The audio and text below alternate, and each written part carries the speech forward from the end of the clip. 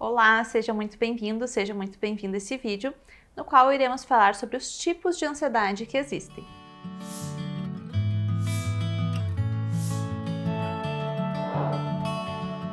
Todo mundo sabe o que é sentir ansiedade. Todo mundo já sentiu ansiedade em algumas situações, seja antes de uma prova, uma apresentação, uma entrevista de emprego. A ansiedade é uma emoção normal que todos nós sentimos. Como todas as emoções, ela tem uma função, que é de antecipar possíveis problemas, desafios, perigos, para que possamos nos preparar ou nos prevenir nessas situações. Quando estamos ansiosos, ficamos apreensivos ou preocupados com situações futuras. Para exemplificar, vamos imaginar que você tem uma entrevista de emprego. É útil que você sinta um pouco de ansiedade, pois ela vai te alertar de algumas coisas importantes para você se preparar e sair bem nessa entrevista. Mas para muitas pessoas, essa ansiedade passa do ponto e acaba sendo excessiva, mais atrapalhando do que ajudando. Nesse caso, a pessoa pode ficar tão ansiosa que não consegue se concentrar para se preparar para a entrevista.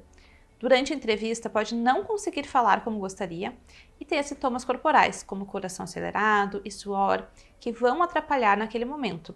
Ou pode não conseguir dormir direito na noite anterior de tanta ansiedade. Nesse caso, a ansiedade está excessiva.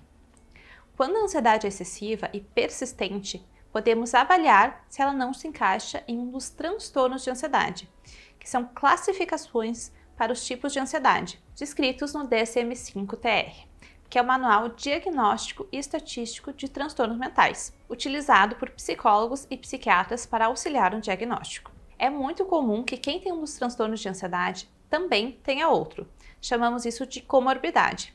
E para diferenciar os transtornos entre si, podemos observar os tipos de situação que causam medo, ansiedade e os tipos de pensamentos e comportamentos associados.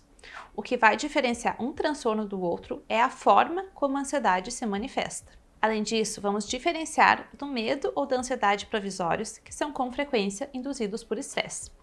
Para isso, o fator da persistência é importante, sendo medo ou ansiedade que duram de 6 meses para mais em todos os transtornos de ansiedade. Dito isso, vamos entrar agora então em quais são esses tipos de ansiedade. Primeiro, queria explicar que nesse vídeo eu não irei falar da ansiedade de separação e do mutismo seletivo, que são transtornos de ansiedade mais comuns de aparecerem na infância. Como o público que atendo são adultos, irei dar o foco neles. Então, o primeiro transtorno de ansiedade que iremos falar e que é o mais prevalente é o transtorno de ansiedade generalizada, o TAG. A principal característica do TAG é a presença quase constante de preocupação e ansiedade, mesmo quando há poucos ou nenhum motivo para isso. A pessoa muitas vezes já está tão acostumada a ser assim que se descreve como uma pessoa que está ansiosa ou preocupada o tempo todo.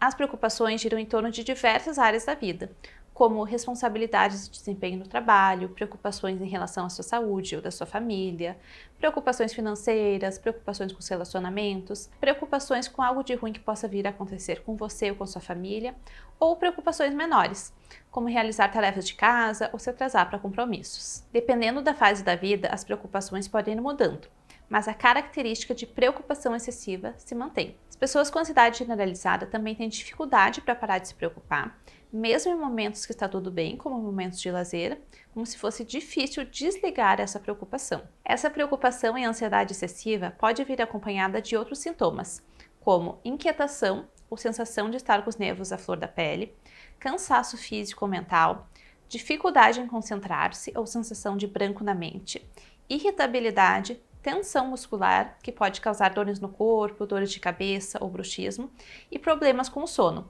seja para conseguir dormir, para manter o sono ou então um sono não reparador. Se você pontuou ao menos 3 desses últimos 6 sintomas, além da preocupação excessiva e da dificuldade de parar de se preocupar, você pode considerar passar por uma avaliação com uma psicóloga para identificar se você realmente tem um transtorno de ansiedade generalizada. Pelo fato da tensão e a preocupação desgastarem as pessoas ao longo dos anos, elas em geral buscam primeiro ajuda para as questões médicas, como náusea, diarreia, síndrome do intestino irritável, dores musculares, dores de cabeça, insônia e cansaço, que são queixas que podem acompanhar o transtorno de ansiedade generalizado. O segundo tipo de ansiedade são os ataques de pânico e o transtorno do pânico. Em um ataque de pânico, a pessoa tem vários sintomas corporais inesperados que atingem um pico em poucos segundos e uma reação de medo ou pânico desses sintomas. Para se caracterizar como um ataque de pânico, deve estar presente pelo menos 4 dos seguintes sintomas, de acordo com o DSM-5-TR: palpitações, coração acelerado ou taquicardia, sudorese, tremores, falta de ar ou sensação de sufocamento, sensações de asfixia, dor ou desconforto torácico, náusea ou desconforto abdominal, sensação de tontura, vertigem ou desmaio, calafrios ou ondas de calor, sensação de formigamento, desrealização, que é uma sensação de irrealidade, como se o que a pessoa estivesse vivendo não fosse real, ou a despersonalização, que é a sensação de estar distanciado de si mesmo, do seu corpo e dos seus pensamentos, como se fosse um observador externo da sua própria vida, e medo de perder o controle ou medo de morrer. Quando os sintomas físicos aparecem, é comum surgirem pensamentos como: eu vou desmaiar, vou perder o controle, vou ter um ataque do coração, vou morrer, vou enlouquecer, não vou conseguir respirar, vou sufocar. Algumas pessoas têm apenas um ataque de pânico na vida, e outras desenvolvem o transtorno do pânico, que é quando a pessoa está persistentemente preocupada com a possibilidade de ter novos ataques de pânico. Muitas vezes a pessoa começa a deixar de fazer coisas ou de ir a lugares por medo de ter um novo ataque. A vida e os pensamentos dela começam a girar muito em torno desse medo. O terceiro tipo de ansiedade é a agorafobia, e é muito comum acontecer juntamente com o transtorno do pânico. Na agorafobia, a pessoa tem medo ou evita situações nas quais avalia que pode ser difícil escapar daquele lugar ou de que um auxílio pode não estar disponível se ela tiver sintomas do tipo pânico ou outros sintomas incapacitantes ou constrangedores, como por exemplo uma incontinência urinária. Para ser considerado a agorafobia, a pessoa precisa ter medo ou ansiedade marcantes de 2 ou mais das 5 seguintes situações: o uso de transportes públicos, como automóveis, ônibus, trens, navios ou aviões, espaços abertos, como mercados, pontes, áreas de estacionamentos, locais fechados, como lojas, teatros, cinemas, permanecer em uma fila ou ficar em meio à multidão, ou sair de casa sozinho. As situações que a pessoa tem agorafobia quase sempre provocam medo e ansiedade, e é muito difícil passar por elas. Por isso, é comum a pessoa tentar evitar essas situações, deixando de ir a lugares ou então indo apenas na companhia de alguma pessoa da sua confiança. Se a pessoa vai sozinha, isso causa uma intensa ansiedade e sofrimento. Diferenciamos de um medo normal quando esse medo é desproporcional ao perigo real da situação. O quarto tipo de ansiedade é a ansiedade social. Na ansiedade social, a pessoa sente uma ansiedade muito intensa em uma ou mais situações ou interações sociais nas quais existe a possibilidade de ser avaliado pelos outros. Exemplos de situações podem ser manter-se em uma conversa, encontrar-se com pessoas que não são familiares, situações em que a pessoa possa ser observada comendo ou bebendo na frente dos outros, ou então a ansiedade social pode ser restrita a situações de desempenho, quando o medo está restrito a falar ou desempenhar em público, como na apresentação de um trabalho. A maioria de nós pode experimentar um pouco de ansiedade ou medo de ser avaliado quando em situações sociais. O que difere na ansiedade social é a intensidade dessa ansiedade, passando a ser quase um tormento estar na situação em si, sendo esse medo muitas vezes desproporcional à ameaça real da situação. Os pensamentos que vêm nas interações sociais são relativos ao medo de ser avaliado negativamente pelos outros, de ficar envergonhado, de ser humilhado, rejeitado ou ofender os outros. Os sintomas corporais mais comuns de acontecerem são o rubor facial, que é o rosto ou o colo vermelho, taquicardia, que é o coração acelerado, suor excessivo, tremores leves e gagueira. A pessoa também sente medo que esses sintomas sejam percebidos e avaliados negativamente pelos outros. Como as situações sociais quase sempre provocam medo ou ansiedade, as pessoas acabam enfrentando essas situações com grande sofrimento ou então passam a evitar situações sociais para não sentir esse desconforto. Essa evitação passa a trazer prejuízo para a pessoa, seja nos relacionamentos, na carreira ou no desenvolvimento acadêmico. E o não enfrentamento das situações acaba por reforçar o medo das avaliações e das críticas do outro e não permite que a pessoa desenvolva habilidades sociais para lidar com as situações. É importante diferenciar a ansiedade social da timidez. Na ansiedade social, a intensidade da ansiedade e o sofrimento decorrente dessa ansiedade são muito altos e a pessoa passa a ter prejuízo na sua vida ou no seu bem-estar mental. O quinto tipo de ansiedade é a fobia específica. Na fobia específica, o medo ou ansiedade é direcionado a um objeto ou situação específica. As fobias mais comuns são a fobia animal, como cachorros, aranhas, cães, fobia ambiente natural, com medo de alturas, tempestades, água, fobia sangue, injeção, ferimento, no qual o medo é em relação a sangue, agulhas, injeções, ferimentos e procedimentos médicos invasivos, e fobia situacional, como por exemplo de avião, de elevador, de locais fechados. O objeto ou situação na qual a pessoa tem a fobia provoca uma resposta imediata de medo ou ansiedade. Não é um medo normal que todos sentem, por exemplo, na hora de fazer uma injeção ou quando vem um cachorro grande. É um medo intenso, excessivo, no qual a pessoa pode chegar a ter um ataque de pânico quando exposto àquele objeto ou situação. É uma reação de ansiedade desproporcional ou irracional para a situação, ou seja, outras pessoas na mesma situação não ficariam com tanto medo ou ansiedade. Por causar essa reação tão forte, o comportamento natural é evitar essas situações. Por exemplo, se eu tenho fobia de injeções, então eu nunca vou fazer vacina. Se eu tenho fobia de avião, então eu nunca viajo de avião.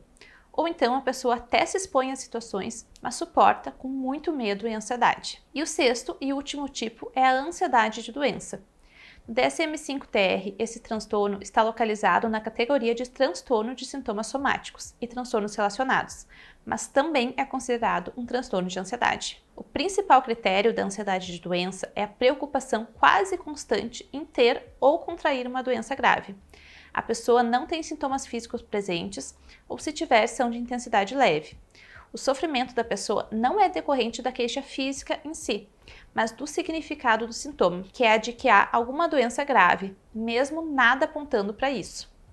Mesmo que uma avaliação médica completa tenha sido feita, não conseguindo identificar uma condição médica grave que corresponda às preocupações do indivíduo, ele continua achando que tem algo de grave acontecendo. Se uma condição médica diagnosticável está presente ou se há um risco elevado de desenvolver uma condição médica, a ansiedade e a preocupação são claramente excessivas e desproporcionais à gravidade da condição. A preocupação com a ideia de estar doente é acompanhada por uma grande ansiedade com relação à saúde e à doença.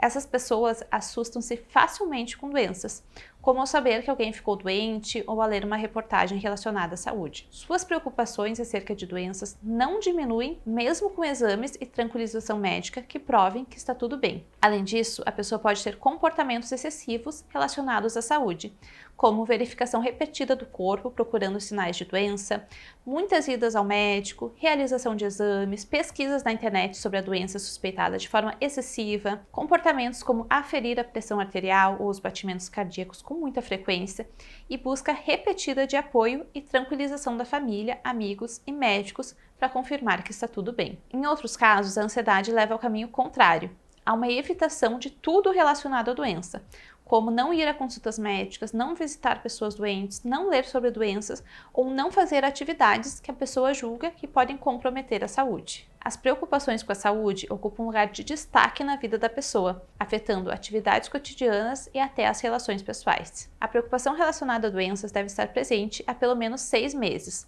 mas a doença específica que é temida pode mudar nesse período. E geralmente essas pessoas buscam mais ajuda médica do que psicológica, por não saberem que esse medo excessivo de doenças trata-se de algo psicológico. No DSM-4-TR, o transtorno obsessivo-compulsivo, o TOC, também era incluído nos transtornos de ansiedade, juntamente com o transtorno de estresse pós-traumático. Após o lançamento do DSM-5 em 2013, esses transtornos são passados para outra categoria, deixando de fazer parte dos transtornos de ansiedade. Por isso, nesse vídeo em específico, não irei detalhá-los. Resumindo tudo o que vimos por aqui, você pode perceber que todos os transtornos de ansiedade compartilham de características de medo ou ansiedade excessivas e desproporcionais para a situação. O que irá mudar será a situação que causa medo e que a pessoa evita e os pensamentos relacionados. Resumidamente, na ansiedade generalizada, a ansiedade e a preocupação serão mais abrangentes, girando em torno de vários assuntos. E a ansiedade é quase constante, como se a pessoa não conseguisse relaxar e parar de se preocupar em nenhum momento. No transtorno do pânico, a ansiedade e o medo são em relação aos próprios sintomas corporais. E quando sente, a pessoa pensa que vai morrer, que vai perder o controle, entre outros pensamentos. Além disso, a pessoa pode começar a evitar situações e lugares nos quais avalie que pode ter uma crise. Na agorafobia, o medo é de locais nos quais a pessoa avalia que não irá conseguir sair caso tenha uma crise ou outros sintomas incapacitantes ou constrangedores. E essas situações são evitadas ou então enfrentadas com muito sofrimento ou apenas na companhia de outra pessoa. Na ansiedade social, o que causa medo e ansiedade é a possibilidade da avaliação negativa do outro, fazendo com que a pessoa evite ou enfrente com sofrimento as situações sociais. Na fobia específica, o que causa medo ou ansiedade é um objeto ou situações específicos, como andar de avião ou tomar injeção, e a pessoa também evita ou enfrenta com sofrimento esses objetos ou situações. Na ansiedade de doença, o que causa medo e ansiedade é a possibilidade de estar com uma doença grave.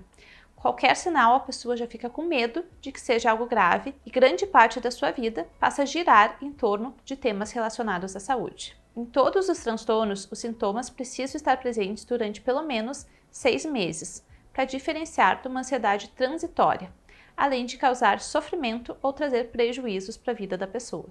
Esses são 6 tipos de transtornos de ansiedade listados no DSM-5-TR. Quem tem um transtorno de ansiedade precisa obrigatoriamente passar por um tratamento psicológico. Muitas vezes as pessoas negligenciam as suas questões de saúde mental, pensando que é algo passageiro, que irá se resolver sozinho, ou então achando que não há nada que possa ser feito para melhorar. E isso é um grande engano. Todos os transtornos de ansiedade têm tratamento psicológico com ótimos resultados. A abordagem da psicologia de primeira escolha para tratamento desses transtornos é a terapia cognitivo-comportamental. Então, se você suspeita que tenha um ou mais dos transtornos de ansiedade, procure o quanto antes uma ajuda psicológica. Independente de ter um transtorno de ansiedade ou não, se você sente que a sua ansiedade está excessiva, muito intensa ou duradoura e tem afetado de alguma maneira a sua vida, também é altamente recomendável você buscar ajuda psicológica, pois a ansiedade sem tratamento tende a piorar. Espero que esse vídeo tenha te ajudado a entender os diferentes tipos de ansiedade. Se ele cumpriu esse propósito, já deixa um like para eu saber e para que ele possa chegar a mais pessoas. Se você quiser saber mais aprofundado sobre algum desses transtornos de ansiedade, vou deixar aqui embaixo na descrição listado alguns vídeos no qual eu falo sobre alguns deles em mais detalhes. Aproveita e já se inscreve no canal para sempre ser avisado quando tiverem vídeos novos. Um beijo e até a próxima!